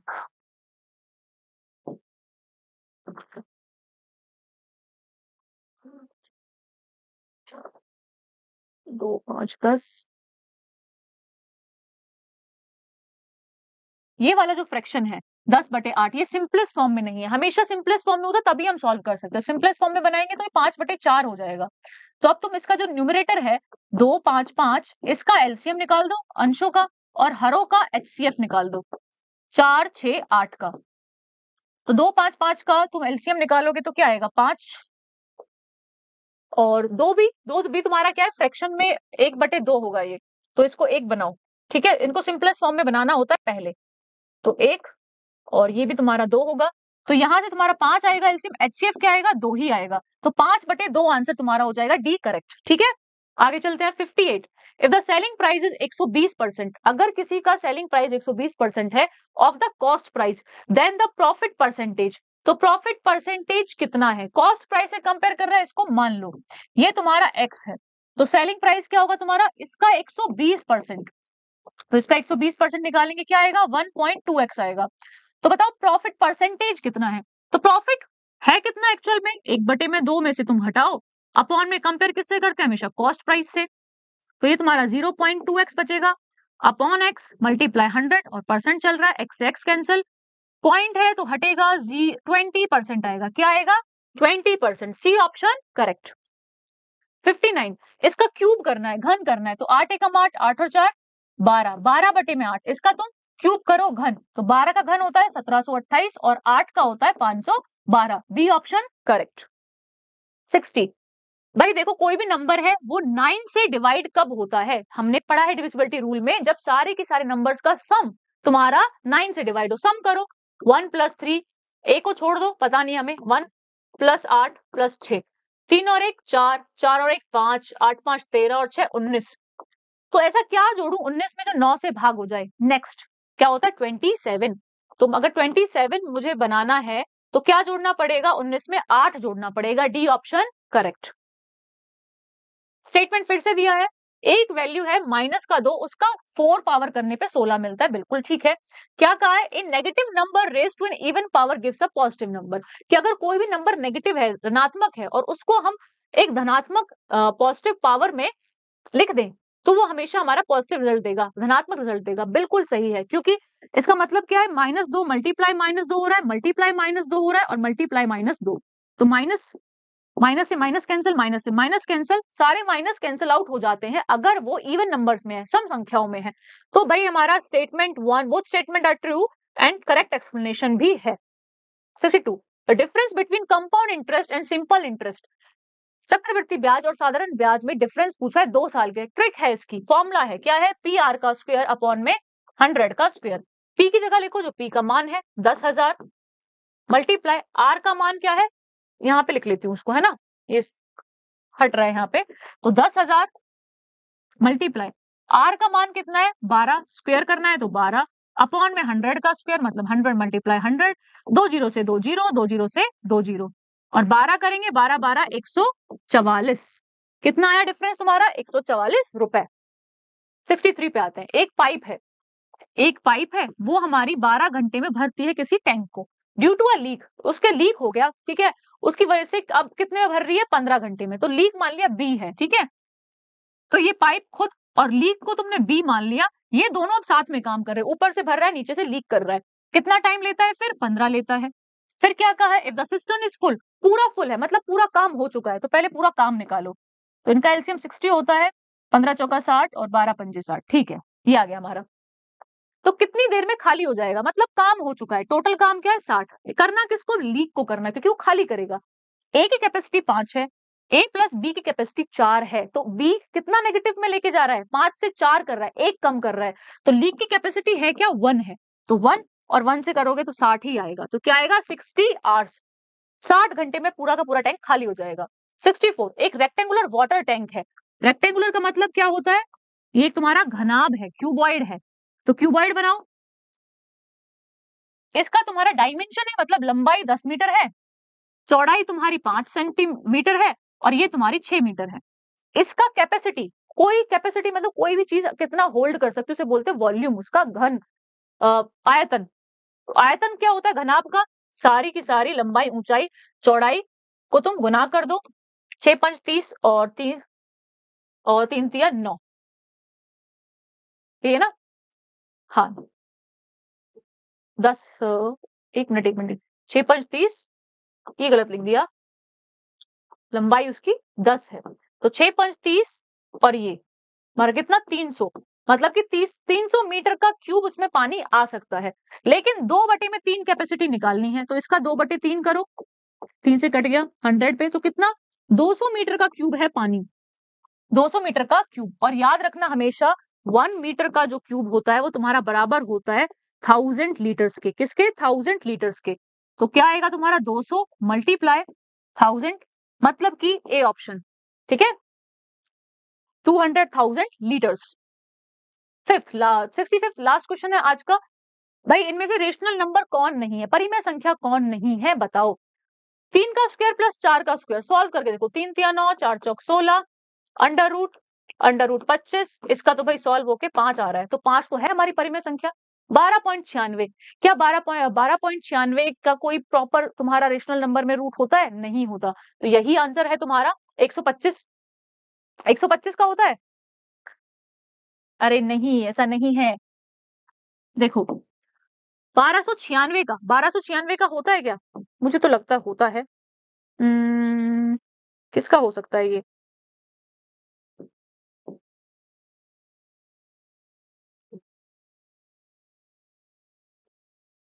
छत्तीस का होता है क्या, 6 36 लगी 3 6 18 19 20 21, 3 6 18 का 8 कस लगी 1 3 3 और 1 10, बिल्कुल होता है, किसका होता है, ये हमारा 36 का स्क्वायर होता है, और अगर पॉइंट है दो संख्या में तो हम 3.6 कर देंगे, तो 3.6 हमारा एक परिमेय संख्या है ना, एक रेशनल नंबर्स है।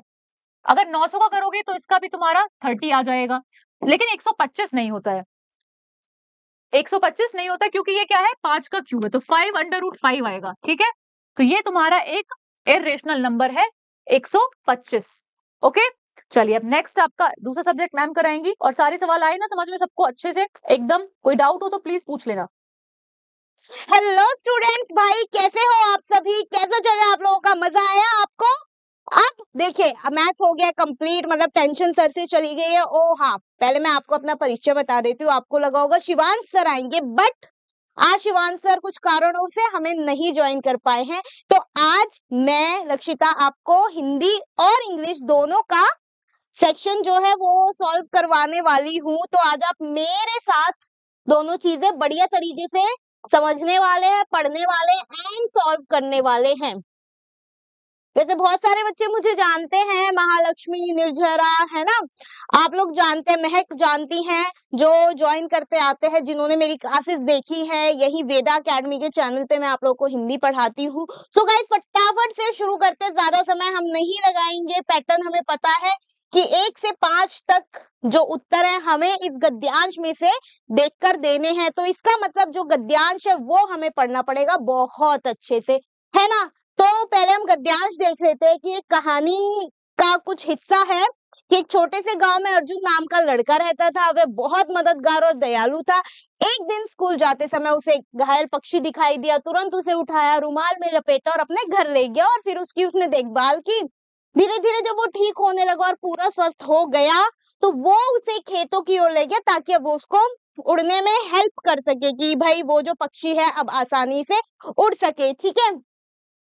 पक्षी ने अपने पंख फैलाए और आसमान में उड़ गया। अर्जुन को खुशी हुई कि उसने किसी की मदद की और इस घटना ने सिखाया कि छोटे से छोटे जीव की मदद करना भी मानवता का सबसे बड़ा धर्म है। तो ये कहीं ना कहीं हमारे गद्यांश का सार है। आइए अब हम इसके क्वेश्चन देखते हैं कि अर्जुन को रास्ते में क्या मिला। ऑप्शन ए बिल्ली, घायल पक्षी, कुत्ता या बंदर। देखे जैसा कि गद्यांश में लिखा है, क्योंकि सारे उत्तर हमें गद्यांश में ही मिलेंगे, इसके लिए हमें उसे बहुत ध्यान से पढ़ना पड़ेगा।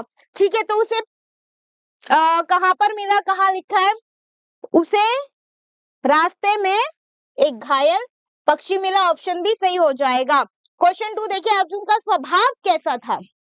क्या वो शरारती था, घमंडी था, मददगार था या फिर स्वार्थी था। देखिए ना तो वो स्वार्थी था, ना घमंडी था, ना शरारती था, वो था मददगार, तभी तो उसने उस पक्षी की मदद की ना। तो ऑप्शन सी बिल्कुल ठीक हो जाएगा। देन नेक्स्ट क्वेश्चन पे आते हैं कि अर्जुन पक्षी के ठीक होने के बाद उसे कहाँ ले गया।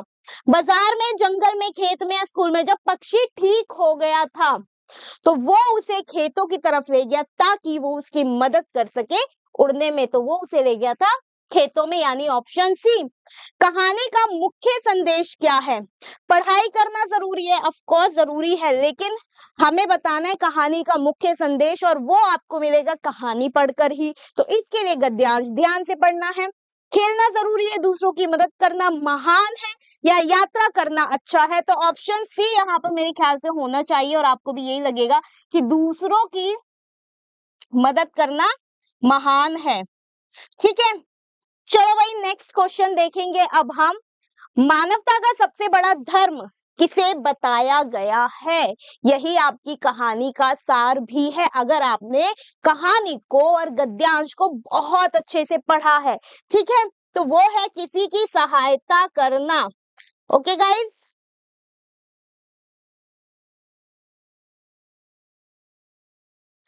किसी की सहायता करना। चलो भाई अब हम आएंगे नेक्स्ट क्वेश्चन पे, जो आपके बाकी के 10 क्वेश्चंस बचते हैं, जो कि आपके ग्रामर के यानी हिंदी व्याकरण के क्वेश्चन होते हैं। मानवता में कौन सा प्रत्यय है। अगर आप मानवता शब्द को देखेंगे, मानव इसमें मूल शब्द है और ता इसमें क्या है, प्रत्यय है। तो ऑप्शन बी बिल्कुल ठीक हो जाएगा। माता जी फिल्म देख रही हैं, कौन सा काल है।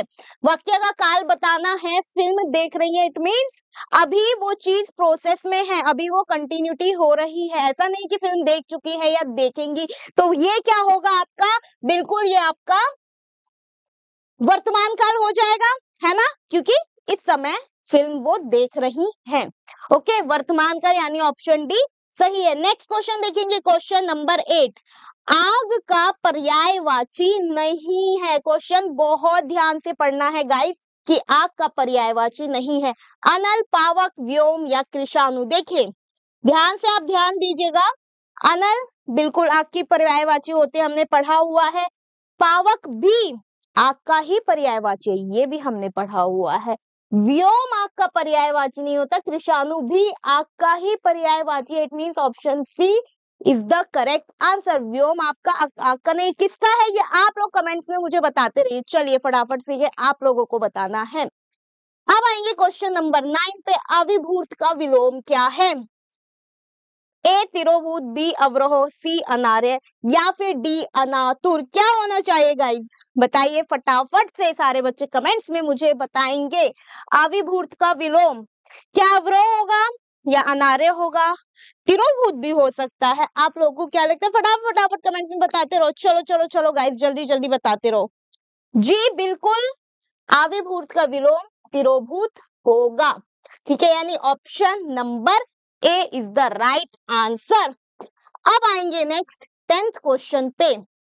अली शब्द का अर्थ नहीं है। अली का अर्थ नहीं है, ये बताना है। यहां पर मधुकर होना चाहिए मेरे हिसाब से। ठीक है, पंक्ति नहीं। चलो अब बताओ इनमें से क्या सही आंसर है। सहेली, सखी, गले का आभूषण या मधुकर, क्योंकि पंक्ति का कोई संबंध बनता नहीं है अली के साथ। ठीक है, तो देखिए जैसा कि आपको पता है कि सहेली और सखी तो है ही, अली की पर्यायवाची है या अली का अर्थ है। ठीक है, मधुकर भी अली को ही बोला जाता है। ठीक है, मधुकर मीन्स भौरा। भौरा जिसको हम बोलते हैं वो काला वाला भौरा नहीं होता, आप लोगों ने कई बार देखा होगा। ठीक है, मोटा वाला जिससे बहुत तेज जब वो काट रहे ना आपको सूजन हो जाती है। ठीक है, बहुत तेज गंदा वाला दर्द होता है उसमें। ठीक है, तो राइट आंसर क्या होगा? डी, गले का आभूषण। D is the right answer, क्योंकि इसका अली से, भौरे से, सहेली से दूर दूर तक कोई संबंध नहीं है बच्चों। ठीक है, और मस्ती नहीं चलेगी, सारे बच्चे आंसर करेंगे। चलो क्वेश्चन नंबर 11 देखते हैं। अवसर के अनुसार बदल जाने वाला वाक्यांश के लिए एक शब्द, आपको पूरा एक वाक्यांश दिया हुआ है। अवसर के अनुसार बदलने वाला, इसे क्या बोला जाएगा? अलगाववादी, अवसरवादी, प्रवक्ता या फिर समकालीन? फटाफट से सारे बच्चे आंसर करेंगे क्वेश्चन नंबर 11 का। देखिए, अलगाववादी नहीं होगा। ठीक है, अगर आप ध्यान से देखेंगे तो यहाँ पर एक शब्द लिखा है अवसर, तो ये अवसरवादी ही होगा। यानी 11th का क्वेश्चन जो है उसका आंसर सही क्या होगा? Option number B. Question number 12 देखेंगे। कौन सा मुहावरा अयोग्य व्यक्ति का योग्य व्यक्ति जैसा बनने का प्रयत्न से संबंधित है? यानी कोई एक ऐसा व्यक्ति है जो अयोग्य है लेकिन वो दिखावा करना चाहता है किसी योग्य व्यक्ति की तरह। ठीक है, समझ में आया? अब एक बार ऑप्शन देखते हैं। घर की मुर्गी दाल बराबर, आप भला तो जग भला, कौवा चला हंस की चाल, आकाश पाताल एक करना। ए, बी, सी या डी, इनमें से कौन सा मुहावरा इस बात को सही ठहराता है कि अयोग्य व्यक्ति का योग्य व्यक्ति जैसा बनने का प्रयत्न करना? बिल्कुल आप लोग सही पकड़ रहे हो भाई, बहुत बढ़िया, बिल्कुल सही आप लोगों ने गेस किया। कौवा चला हंस की चाल, यानी ऑप्शन नंबर सी। चलो, शक्ति का पर्यायवाची, बल जल हल फल। अरे बहुत आसान क्वेश्चन है। 13वां प्रश्न बहुत ही आसान, बिल्कुल इजी, मतलब यूं चुटकियों में करने वाला। क्या है राइट आंसर? चुटकी में बताइए। ऑप्शन नंबर ए, बल। बल सही हो जाएगा, शक्ति का पर्यायवाची माना जाएगा। चलो भाई, लास्ट 2 क्वेश्चन बचे हैं। शुद्ध वाक्य की पहचान करनी है। अध्यक्ष जय की हो जी, तुम्हारे हमारे से क्या वास्ता, यहाँ नहीं लिखो, यह बात राम से पूछो। किस वाक्य में आपको एक तो मैसेज मिल रहा है, किस वाक्य में आपको सार्थकता समझ में आ रही है, यानी शब्द और अर्थ उसके बिल्कुल ठीक है, और कौन सा वाक्य बिल्कुल अलाइन है, किसी में कोई ग्रामर की मिस्टेक नहीं है, कोई लिंग की, कोई वचन की, किसी संज्ञा, कोई गलती नहीं है। कौन सा ऐसा वाक्य है? शुद्ध वाक्य हमें बताना है। तो देखिए, ये तो नहीं है, ये भी नहीं है, यहाँ नहीं लिखो, यहाँ मत लिखो, सही इसका होना चाहिए था, तो ये भी नहीं माना जाएगा। राइट क्या? यह बात राम से पूछो। ना तो मात्रा की गलती है, यानी वर्तनी की कोई अशुद्धि नहीं है, ना ही इसमें कोई संज्ञा, सर्वनाम, वचन, लिंग, इसका कोई दिक्कत है। ठीक है, तो राइट हो जाएगा ऑप्शन नंबर डी। अब हम आएंगे क्वेश्चन नंबर 15 जो कि लास्ट है। स्थानीय किस प्रकार का विशेषण है? आपको बताना है स्थानीय। स्थानीय क्या ये सार्वनामिक है, गुणवाचक है, परिमाणवाचक है, संख्यावाचक है? देखिए, इससे किसी परिमाण या संख्या का तो कोई बोध हो नहीं रहा है ना। सार्वनामिक या गुणवाचक? फटाफट से कमेंट में आप लोग बताइए कि ये कौन सा है। मैंने इजी कर दिया आप लोगों के लिए, ए, बी, सी या डी में से। डी, सी और डी हटा दिया है, बिल्कुल हटा दिया, ऑप्शन से ही हमने हटा दिया। जैसे केबीसी में नहीं होता कि 2 ऑप्शन हटा दिए जाए, वो लाइफलाइन जो मिलती है, तो ये लाइफलाइन मैंने ही आप लोगों को दे दी। अब बचा ऑप्शन ए एंड बी, सार्वनामिक या गुणवाचक। फटाफट कमेंट में बताओ सारे बच्चे। सोचो सोचो सोचो, याद करो याद करो, क्या पढ़ाया था क्लास में, क्या आपने क्लास अटेंड की है? की है तो जरूर बता पाओगे, जल्दी से बताओ। जी बिल्कुल सही, ऑप्शन बी गुणवाचक ही होगा, क्योंकि यह सर्वनामिक का भी कोई काम नहीं है, सर्वनाम से रिलेटेड कुछ नहीं है। स्थानीय यानी एक स्थान की किसी की बात है तो उसके बारे में है, तो इसीलिए ये गुणवाचक विशेषण हो जाएगा। सो गाइस, यहाँ पर कंप्लीट होता है आपका हिंदी का पेपर, बट रुको रुको भैया रुको, अभी जाना नहीं है, अभी आपका इंग्लिश का पूरा पोर्शन बचा हुआ है, तो फटाफट से हम करेंगे आपके इंग्लिश का पोर्शन। ठीक है, चलो फिर इंग्लिश शुरू करते हैं, जल्दी से देखते हैं क्या क्या आया है, क्या पूछा गया है। Answer the question number 16-19 by choosing the most appropriate option to complete the paragraph by filling the blanks। यहाँ पर आपको कुछ कुछ ब्लैंक्स दिए गए हैं और आपको कुछ ऑप्शंस दिए गए हैं कि किसमें क्या सही शब्द आना चाहिए, वो आपको बताना है। पढ़ लेते एक बार। The dodo bird was last seen in 1616 dash which it was never to be seen। Options क्या है? soon after, later, before। क्या आना चाहिए, ए बी सी या फिर डी? हाँ जी, कौन आंसर बताएगा? was later seen in 1616, soon नहीं, later, before, option number B after। The dodo bird was last seen in 1660 after which it was never to be seen। इसके बाद वो कभी दिखाई नहीं दी। ठीक है, 1660 में वो लास्ट दिखाई दी थी। कौन? डोडो bird. There are different stories about the extinct of this species। Some people say that the Dutch sailor first dashed the dodo bird and mercilessly killed it to eat its meat। ठीक है, तो 17 का देखते हैं। Scene सी सो सी मतलब इसका past है, future है, कौन सा वाला लगेगा वो आपको बताना है।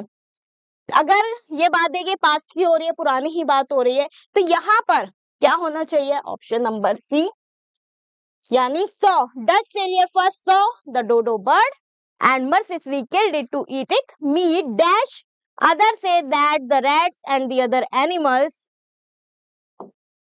ठीक है, dash others says that the rat and the animal dash came on board the Dutch ships themselves across the island and ate up the dodo's eggs for food। 18 में क्या आएगा? but and as because killed it to eat its meat dash but and as because। 18 का answer आप लोग को बताना है। चलिए बताइए फटाफट से, कौन बच्चा बताएगा? जल्दी जल्दी बताओ भाई, क्या आना चाहिए 18 का? बट बोल रहे बहुत सारे बच्चे और बिल्कुल ठीक बता रहे हो भाई, ए आएगा। 19 देखते हैं। And other animals dash who when while which came on board. Who when while which 19 animal which came on board, यानी ऑप्शन नंबर डी। चलो भाई नेक्स्ट देखेंगे। चेंज इनटू पैसिव बॉयज में चेंज करना है। Can Anil lose his book? His book can be lost by Anil. Can his book be lost by Anil? Could his book be lost by Anil? His book could be lost by Anil। Passive में change करना है इसको। Question number 20 है ये आपका। चलिए बताएं, कौन सा बच्चा बताएगा जी? Can his book be lost by Anil? Okay, next question। The word which is opposite to meaning of suspicious का अपोजिट बताना है, यानी एंटोनिम बताना है। Wary, doubtful, incredible, gullible. बहुत ही इजी है यार, मतलब मुझे अंग्रेजी बहुत अच्छे से नहीं आती है, लेकिन मैं तब भी इसका आंसर बता सकती हूँ। आप लोग भी मुझे बताइए। सस्पिशियस, ए बी सी या डी? क्या बोलते हो गाइज?